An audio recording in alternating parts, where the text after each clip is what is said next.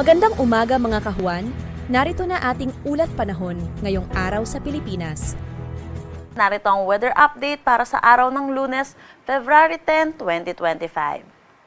Wala pa rin man tayong minomonitor na anumang bagyo or low pressure area sa loob at labas ng ating Philippine Area of Responsibility. Pero meron tayong tatlong weather system na nakakaapekto dito sa ating bansa. Una na dito ang northeast monsoon or ang hanging amihan na patuloy na umiiral dito sa malaking bahagi ng Luzon.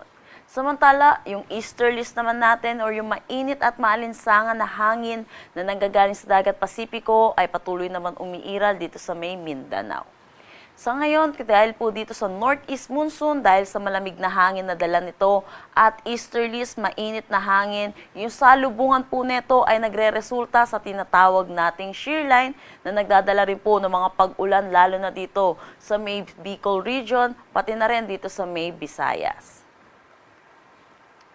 Dahil dito sa tatlong weather system na ating nakakaapekto sa ating bansa, nagdadala po ito ng mga pag-ulan sa iba't ibang bahagi ng ating bansa.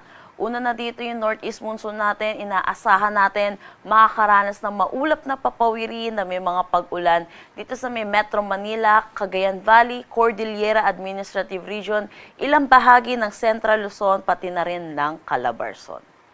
Dulot naman ng shear line na asahan natin makakaranas ng maulap na papawirin na may mga kalat-kalat na pag-ulan dito sa may Aurora, Quezon, Bicol Region at Mimaropa.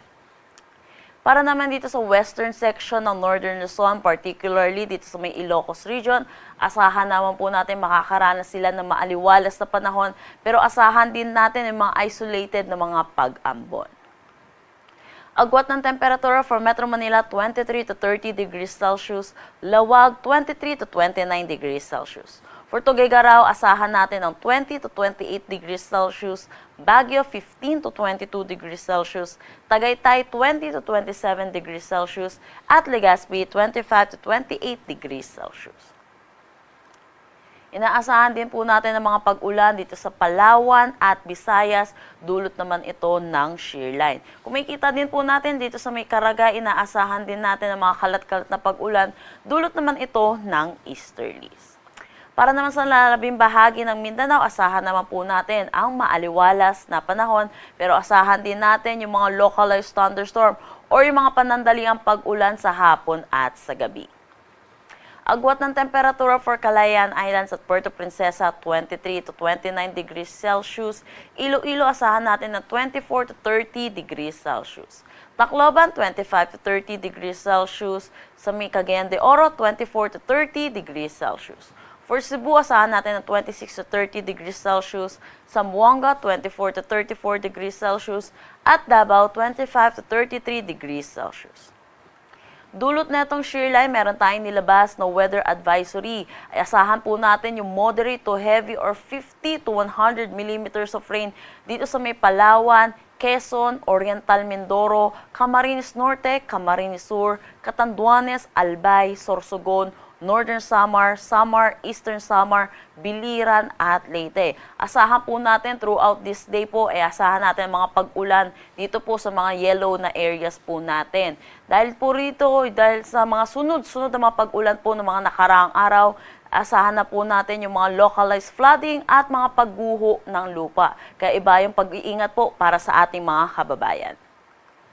Para naman bukas, bahagyang aangat po or mag-shift itong axis ng ating shear line at ito po ay magdadala ng moderate to heavy or 50 to 100 millimeters of rain dito sa may Aurora, Quezon, Camarines Norte, Camarines Sur, Catanduanes, Albay, Sorsogon at Oriental Mindoro. So inaasahan pa rin po natin yung mga flash floods at mga pagguho ng lupa.